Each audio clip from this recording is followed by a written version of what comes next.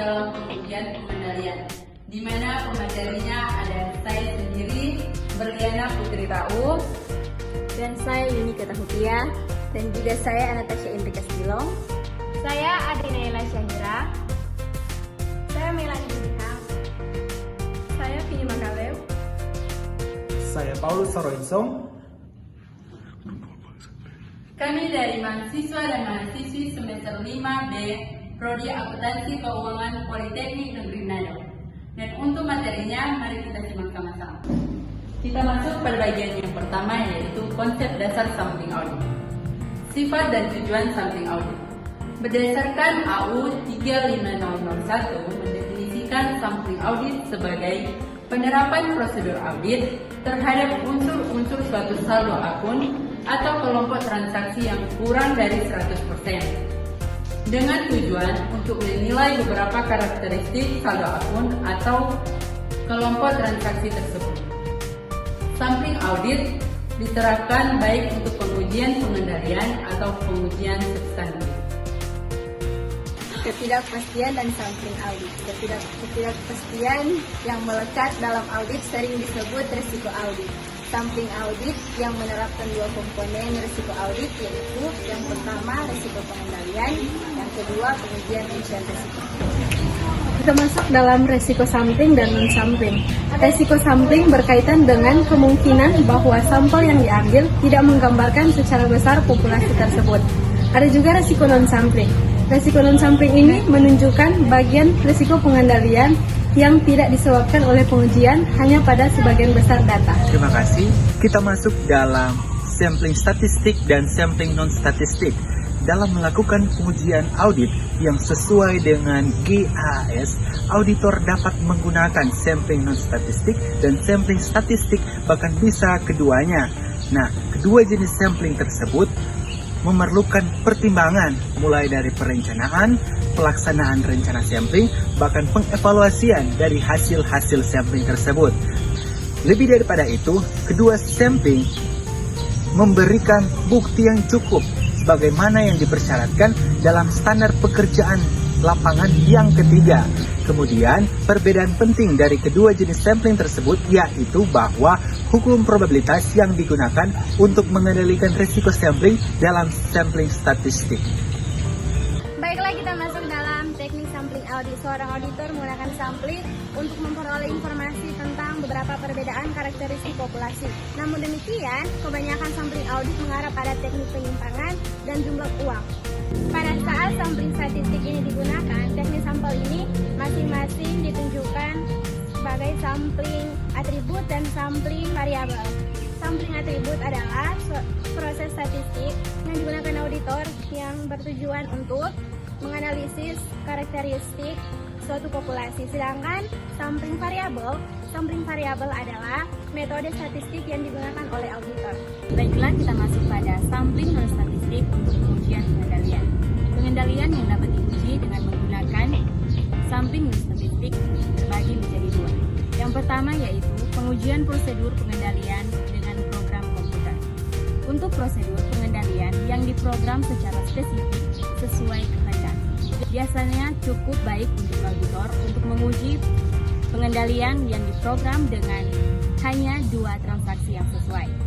Satu transaksi yang diproses dengan benar dan satu transaksi yang harus ditandai sebagai suatu pengecualian.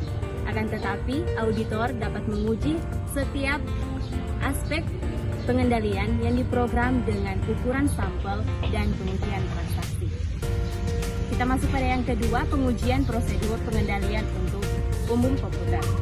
Prosedur pengendalian umum komputer meliputi pengendalian organisasi dan operasi, pengendalian sistem, dan pengendalian dokumentasi, pengendalian perangkat lunak dan sistem perangkat keras, pengendalian akses, serta pengendalian data dan prosedur. Terima kasih. Langkah-langkah dalam sampling non-statistik. Yang pertama, menentukan tujuan audit dan prosedur untuk memenuhi tujuan tersebut. Yang kedua, menentukan populasi dan unit sampling. Yang ketiga, menspesifikasi pengendalian yang dikehendaki atau bukti bahwa pengendalian tersebut efektif atau tidak efektif. Yang keempat, menggunakan pertimbangan profesional untuk menentukan ukuran sampel. Yang kelima, menggunakan pertimbangan profesional untuk menentukan metode pemilihan sampel. Yang keenam, menetapkan prosedur audit untuk pengujian pengendalian. Yang ketujuh, menerapkan prosedur audit untuk pengujian pengendalian. Dan yang terakhir, mengevakuasi hasil sampel. Kita masuk pada bagian 3, merancang atribut sampel statistik untuk pengujian pengendalian. Menetapkan tujuan audit. Tujuan menyeluruh dari pengendalian adalah untuk mengevaluasi efektivitas rancangan dan operasi pengendalian intern. Hasil pengujian pengendalian yang ada dalam rencana sampling atribut kemudian digunakan untuk menilai risiko pengendalian pada saldo akun terkait yang dipengaruhi oleh kelompok tersebut. Kita masuk dalam menjelaskan populasi dan unit sampling. Dalam atribut sampling statistik dalam pengujian pengendalian, populasi merupakan salah satu kelompok transaksi yang akan diuji. Unit sampling merupakan elemen individual dalam populasi. Unit sampling tersebut dapat berupa dokumen-dokumen, item-item dalam dokumen, ayat jurnal atau register, atau catatan dalam arsip komputer. Yuk, kita masuk dalam memspesifikasi atribut-atribut yang dikehendaki. Atribut harus ditunjukkan untuk setiap pengendalian yang diperlukan untuk mengurangi risiko pengendalian atas sebuah asersi. Ada juga setiap atribut harus berhubungan dengan pengendalian, di mana auditor mencari tingkat risiko pengendalian yang diperkirakan di bawah tingkat maksimum. Menentukan ukuran sampel. Dalam menentukan ukuran sampel untuk setiap atribut atau pengendalian yang diuji, auditor harus menspesifikasi pengurutan nilai setiap faktor-faktor berikut. Yang pertama, risiko atas perkiraan risiko pengendalian yang terlalu rendah. Yang kedua, tingkat penyimpangan yang dapat ditoleransi. Dan yang ketiga itu, tingkat penyimpangan populasi yang diharapkan. Baik, kita masuk dalam menentukan metode pemilihan sampel. Dari seluruh item dalam populasi harus mempunyai kesempatan untuk dipilih. Untuk melakukan hal ini, rencana sampling statistik memerlukan penggunaan metode pemilihan acak. Nah, untuk metode pemilihan acak yang digunakan dalam sampling atribut yaitu ada dua.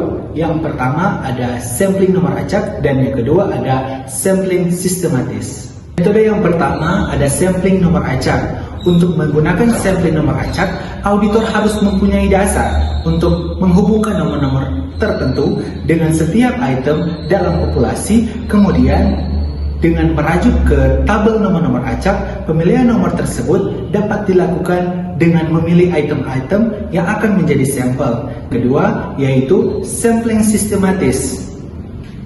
Dalam sampling sistematis terdiri dari pemilihan setiap item ke N dalam populasi dari satu atau lebih item awal yang akan dipilih secara acak.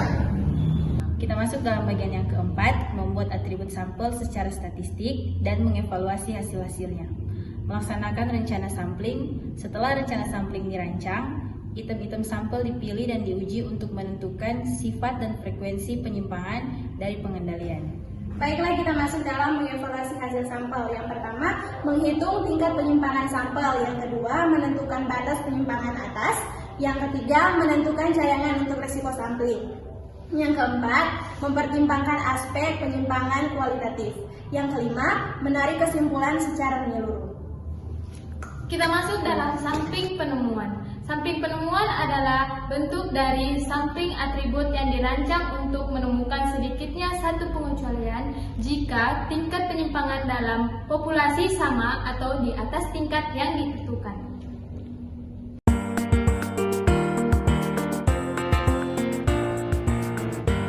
Itulah hasil pemaparan proyek Based Learning dari kami kelompok 1. Sekian, terima kasih dan semoga bermanfaat. Vokasi kuat menguatkan Indonesia.